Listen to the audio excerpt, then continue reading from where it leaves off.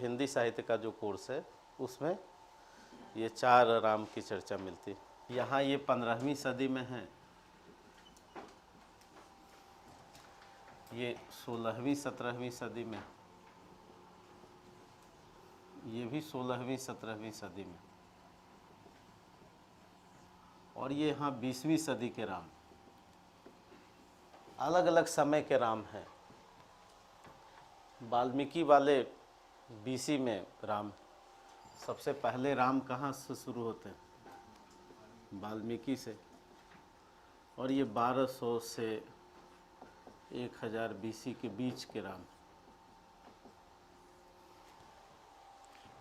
तो ये जो कबीर के राम हैं, ये तो आप जान रहे हैं निर्गुण हैं, अजन्मा है, दशरथ पुत्र नहीं है, अवतारी नहीं है,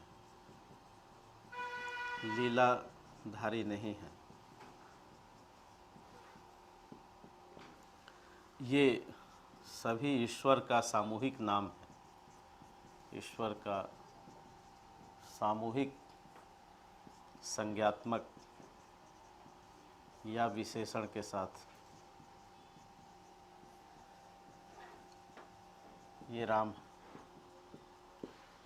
सभी ईश्वरों का सार रूप हैं, एक ईश्वरवाद के प्रतीक है, एक ईश्वरवाद, लेकिन सर्वत्र हैं, सर्वत्र हैं। ये कबीर के राम है। उदाहरण बताने की जरूरत नहीं है। दशरथ सुत तिहु लोक बखाना, दशरथ सुत तिहु लोक बखाना, राम नाम का मरम है आना। कोई भी उदाहरण दे सकते हैं। एक नदिया धार बहुतेरा, एक ही नदी है, धार सब अलग अलग, नाम अलग अलग, स्रोत एक ही है। या जन्मे मरे न संकट आवे, नवी निरंजन जाकोरे, दास कबीर को ठाकुर ऐसी, जाकी भाई न बापोरे।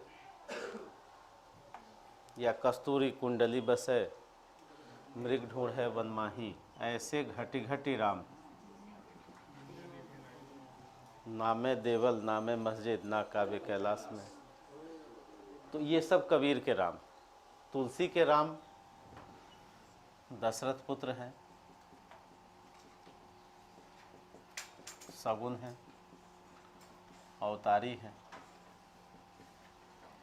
जन्म और मृत्यु से जुड़ते हैं और लीला भी करते हैं, लीला करते हैं।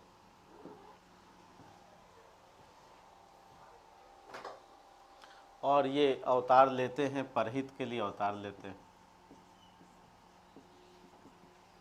तुलसी कहते भी हैं कि जब जब हो ही धर्म की हानि, तो धर्म के लिए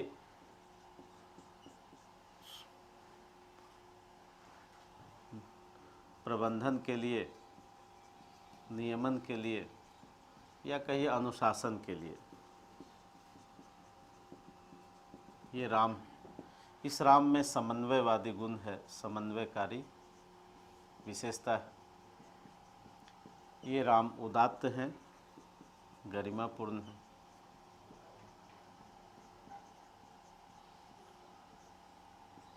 स्थित प्रज्ञ भी है।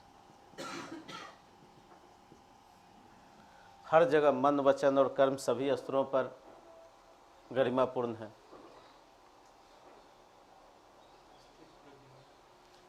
यानी सम विषम सभी परिस्थितियों में एक जैसे हैं।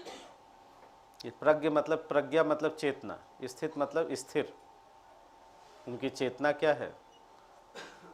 थोड़े से सुख में,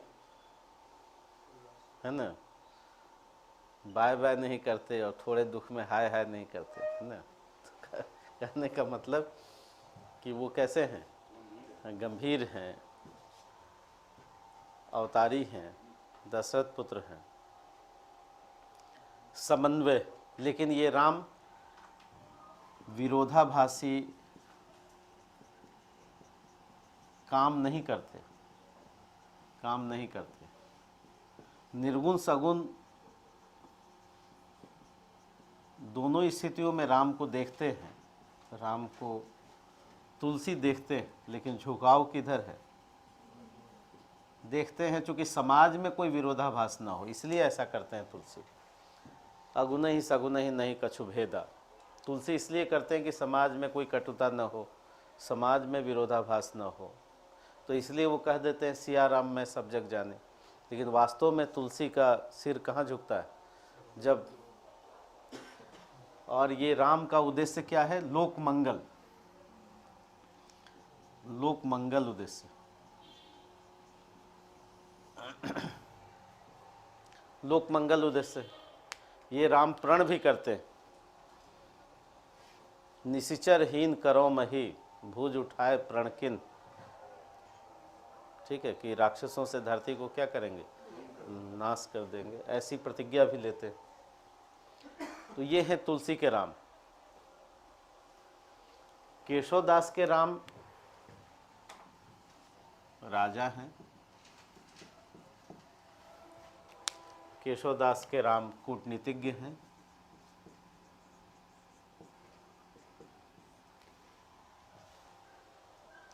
क्योंकि स्वयं केशवदास कहाँ हैं? दरबार में हैं। स्वयं केशवदास दरबार में हैं, अतः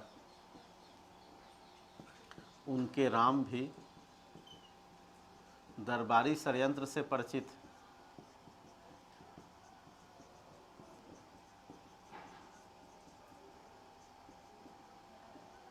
तो यहाँ के राम अभिजात्य हैं,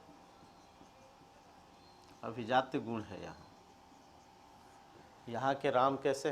अभिजात्य गुणों के साथ। नेगेटिव है यहाँ, हाँ, मतलब नेगेटिव स्थितियाँ। तो केशवदास के राम कैसे हैं? वो राजा हैं, और इसलिए ये लोक समाज में नहीं जाते, लोक समाज को बहुत आदर की दृष्टि से नहीं देखते।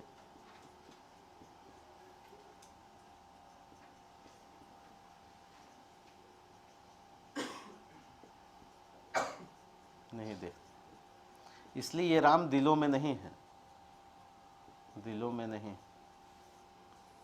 ये अगर कुछ करते हैं तो उपकार की दृष्टि से करते हैं। लेकिन जो निराला के राम हैं, ये तो गांधी हैं, ये शाश्वत साधक के प्रतीक हैं, शाश्वत साधक के प्रतीक। ये चुनौती झेलते हुए स्वयं निराला, हम लोग पढ़ेंगे आगे, ये ब्रिटिश सत्ता से जूझते हैं।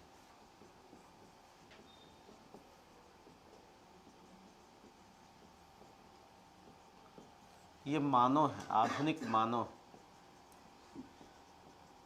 ये ईश्वर नहीं है, ये अवतारी नहीं है,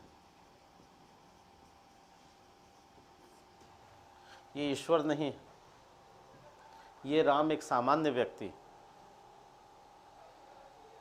निराला के राम अवतारी नहीं है, ईश्वर नहीं है, एक सामान्य व्यक्ति। और सामान्य व्यक्ति जैसे करता है, दुख में दुखी हो जाता है, सुख में सुखी होता है। नहीं, सामान्य व्यक्ति का लक्षण है ये। होगा नहीं, पीटी नहीं होगा तो दुखी हो जाएगा, सुखी हो सकता है। तो ये वैसे ही व्यक्ति शाश्वत साधक, जैसे आप भी हैं राम के रूप में।